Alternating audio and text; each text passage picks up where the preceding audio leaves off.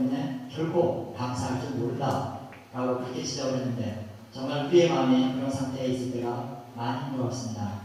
링컨 대통령이 1863년 추수감사절에 대한 담화문을 발표하면서 지적한 것처럼 우리는 우리의 성공에 도취한 나머지 그 모든 일을 일어나게 하신 그분의 손길을 있는 경우가 너무 많습니다. 오늘 저는 여러분과 여러 말씀 나누기를 원치 않습니다. 단 한 가지만 말씀드리고 싶습니다. 그리고 거기에서 파생되는 결과가 어떠냐 하는 것을 나누고 싶습니다. 오늘 유대인 문둥병자 9명과 사마리아 문둥병자 한 사람이 다른 것은 무엇입니까? 10명 다 자기 병을 고쳐주신 예수님께 감사한 마음은 똑같았고, 다시 태어난 듯한 환희와 장밋빛 새 생활이 기다리고 있다는 것은 그것도 다 똑같았습니다. 그러나 그 모든 것을 믿게 하신 분에게 감사를 표현한 사람은 단 한 명이 있습니다. 이것이 단지 감사를 생략하고 안 하고의 문제가 아니라는 것은 오늘 이야기 끝에서 분명히 나타납니다. 머레이 셀린이라는 유명한 미국의 극작가가 있습니다. 이 사람이 어떻게 해가지고 자기가 성공적으로 자기 분야에 설 수 있었는가 하는 그런 자기 인생 여정을 소개하면서 꼭 빠뜨리지 않게 자기 할머니 이야기였습니다. 이 할머니 하루에 100번씩 하나님 감사합니다, 감사합니다 그렇게 외치는 사실입니다. 하루에 100번 이상 감사를 하려다 보니까 기쁜 일이든 감사한 일이든 그것을 넘어서서 슬픈 일이든 고통스러운 일이든 인생에 일어나는 모든 일에 감사하지 않으면 안 되었습니다. 머리에 학교를 들어갔는데 이 백인 아이들이 이거 하고 모입니다. 그것은 백인 아이들이 흑인을 기하에서 부를 때 쓰는 말입니다. 껌둥이 이런 말이겠죠. 속에서 분노가 치밀어 올라와 집에 돌아와서는 다시는 학교에 가지 않겠노라고 부모에게 통보합니다. 머레이의 부모는 그래도 학교는 가야지 이러면서 머레이를 이리저리 설득을 해봅니다. 하지만 놀림당하기 싫은 이 머레이는 쉽게 자기 결심을 바꾸지 않습니다. 그때 그 모습을 보고 있던 머레이 할머니가 머레이에게 한마디 말을 던지죠. 머레이야, 이제부터 누가 너에게 뭐라고 하든 하나님 감사합니다, 하나님 감사합니다 그렇게 외쳐봐. 그러면 재밌는 일이 일어날 거야. 그렇게 말을 했습니다. 하지만 어린 머리는 그에게 귀담아 듣지 않았습니다. 부모의 성화에 못 이겨서 다시 학교를 나가긴 했지만 백인 아이들이 니가 하고 부르는 것은 여전했습니다. 화가 치밀어 올라서 그가 할 수 있는 일은 한쪽 구석으로 숨어 우는 일밖에 없었습니다. 식물에서 가만히 있을 때 갑자기 할머니 말씀이 생각났습니다. 그래서 연습삼아 하나님 감사합니다, 하나님 감사합니다 하고 중얼거렸습니다. 그랬는데 정말 신기한 일이 일어났습니다. 울음이 그쳐지고 마음속에서 분노가 점점 가셔지는 거였습니다. 그리고 자기도 모르게 표정이 활짝 펴지는 거였습니다. 이제는 백인 아이들이 그를 놀려도 하나님 감사합니다 하고 중얼거립니다. 그들의 놀림도 별게 아니었습니다.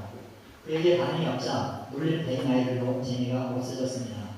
오히려 활짝 웃는 머레이를 보면서 두려워서 다른 곳으로 피해갑니다.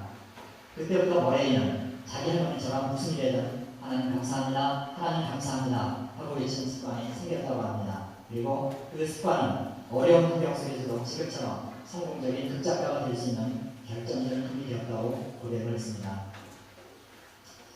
오늘 여러분과 함께 나누고 싶은 말씀은 이겁니다. 감사하는 마음은 당연하되 이제는 하나님께나 사람에게나 표현을 하라는 겁니다. 나아가서 머레이나 할머니처럼 하나님 감사합니다, 하나님 감사합니다 라는 그 말을, 자기의 말을 자기 귀로 듣도록 하라는 것입니다. 그게 여러분의 침울하고 재미없고 번대로운 인생을 완전히 뒤바꾸어 올 것입니다. 지금 우리 모두의 문제는 감사에 대한 상중고를 겪고 있다는 겁니다. 감사를 느끼는 일은 무능하고 그것을 표현하는 일은 서툴고 게다가 거기에 대한 문화적 장애까지 가지고 있습니다. 감사에 대한 문화적 장애라는 것은 우리나라 사람은 감사 표현을 하는 것에 대해서 아주 낯간지러운 것을 여긴다는 겁니다. 그래도 칭찬하는 것에 대해서는 그래도 이렇게 많이 반죽이 좋아졌어요. 예전에는 그 자매들한테 자매 참 예뻐졌어요 그러면 부끄러워하면서 아니에요 막 이렇게 그랬는데 요즘은 자매 참 예뻐졌어요. 얼른 고맙습니다 그럽니다. 사실 저는 그냥 한 말이었거든요. 그런데 감사에 대해서는 아직도 그 마음과 표현이 그 인식 이런 모두가 낮은 수준에 있다는 겁니다. 여러분, 우리 사마리아 문둥병자에서 우리가 본 게 뭡니까? 예수님께 뭘 가지고 왔나요? 병을 고쳐줬다고 해서 선물을 가져왔나요? 돈을 가져왔습니까? 아닙니다. 그냥 내 몸으로 나온 거예요. 주님이 고쳐주신 건강한 몸으로 나왔습니다. 그저 감사한 마음 그거 하나 가지고 나온 거예요. 여러분 사실 주님께는 그거 하나는 충분하거든요. 주님 우리에게 뭘 바라시겠습니까? 돈, 명예, 권세? 그런 걸 바라시나요? 아닙니다. 당신에 대한 감사의 마음 그것 하나면 그것 하나에 족하신 겁니다. 오늘 우리는 추수감사절로 모였습니다. 지난 1년 동안 우리가 열매 거둔 것에 대한 감사의 예배를 드리고 있습니다. 생각해 보십시오. 지난 1년 동안 우리가 거둔 열매가 이 사마리아 사람보다 못한가요? 결코 그렇지 않습니다. 어쩌니 저쩌니 해도 먹고 살았잖아. 그리고 모두 건강하게 해주셨잖아. 좋은 사람, 좋은 교회, 좋은 지체를 주셨잖아. 그런데 이렇게 추수했는데 오늘 여러분 뭘 가지고 나오셨나? 주님께 그 감사를 어떻게 표현하시겠어요? 절기가 되면 우리는 늘 절기연금을 드립니다. 평소보다 조금 더 많이 드립니다. 그런데 그 평소보다 조금 더 많은 물질이 우리의 감사를 표현하는데 충분하다고 생각을 하십니까?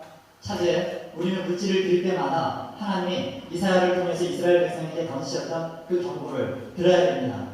너희의 무수한 재물이 내게 무엇이 이익하며 나는 수양의 번제와 살찐 짐승의 기름에 배불렀고 나는 수송아지와 어린 양이나 수경소의 피를 기뻐하지 아니하노라 그러겠습니다. 그러면서 덧붙이시기를 너희가 내 앞에 보이러 오니 그것을 누가 너희에게 요구하였느냐 내 마당만 다리를 뜯기니라 헛된 재물을 다시 가져오지 말라 분향은 나의 가진 여기를 봐요 월삭과 안식일과 대회로 보이는 것도 그러하니 성회와 아울러 악을 행하는 것을 내가 견디지 못하겠노라. 왜 하나님께서 이런 말씀을 하셨을까요? 그들의 드리면 감사가 빠지고 양심이 빠지고 순종이 빠져 있었기 때문입니다. 한마디로 하나님 당신에 대한 간절한 갈망은 모두 빠진 채 그냥 드렸다는 겁니다. 여러분 우리가 범하는 가장 큰 오류 중에 하나는 아무 생각 없이 드리는 헌금이며 아무 생각 없이 드리는 헌신입니다. 감사가 빠진 예물, 감사가 빠진 헌신 그것은 차라리 안 하는 게 낫습니다. 그것은 우리 하나님을 거짓 취급하는 것이기 때문입니다. 여러분 우리 하나님 결코 가난하시지 않습니다. 그럼에도 하나님 우리에게 물질을 원하시는 것은 그 속에 들어있는 마음을 보시려고 하는 것이지 물질 그 자체를 원하시는 게 아닙니다. 하나님을 제대로 못한 죄책감 때문에 또는 헌신하지 못한 것을 상쇄하려는 보상심리로 드리는 헌금 그런 것은 즐겨받으시지 않는다는 겁니다. 어쩌면 주님은 그런 헌금보다 주일날 일찍 나와 안내인을 한 번 더 하는 것을 기뻐하실지도 모릅니다. 어쩌면 하나님은 겨울 새벽에 교회를 나오면서 내 굵은 하얀 입김이나 여름에 굵은 땀방울을 더 기뻐하실지 모릅니다. 또는 하나님 일 때문에 지체들끼리 서로 분쟁하는 그런 소리를 오히려 더 기뻐받으실지도 모릅니다. 주님의 저울에 달아보면 그런 헌신은 물질보다 훨씬 더 무거운 것입니다. 이거는 물질을 드릴 때 거기에 얼마나 되는 감사의 마음이 빼곡하게 채워져 있어야 한다는 겁니다. 그것이 감사를 표현하는 진짜 우리들의 모습인 겁니다. 아울러 하나님은 우리들끼리도 감사를 표현하시기를 원하십니다. 가족들끼리, 지체들끼리, 친구들끼리도 적극적으로 감사를 표현하라는 겁니다. 사실 저도 그 형님들이나 어머니께 전화하거나 뭐 감사하다든가 사랑한다든가 그런 얘기를 하면 닭살이보다 아마 여러분들도 비슷할 겁니다. 이번에 우연히 어떤 여고생이 쓴 편지를 읽은 적이 있습니다. 자기 친구한테 쓴 편지한테 이런 내용이었어요. 아마 헤어지면서 쓴 것 같은데 이곳에 있는 동안 네가 잘해줘서 고마웠어. 그런데 고맙다는 말을 한 번도 하지 못했어. 그 말을 했다가는 10년 전에 먹은 것까지 다 토할 것 같아서 못했어. 이제나마 그로 내 마음을 표현한다. 고마워. 정말 여러분 우리 정서로는 감사를 표현하는 게 어려운 줄 알지만 그래도 이제는 좀 표현을 하시기 바랍니다.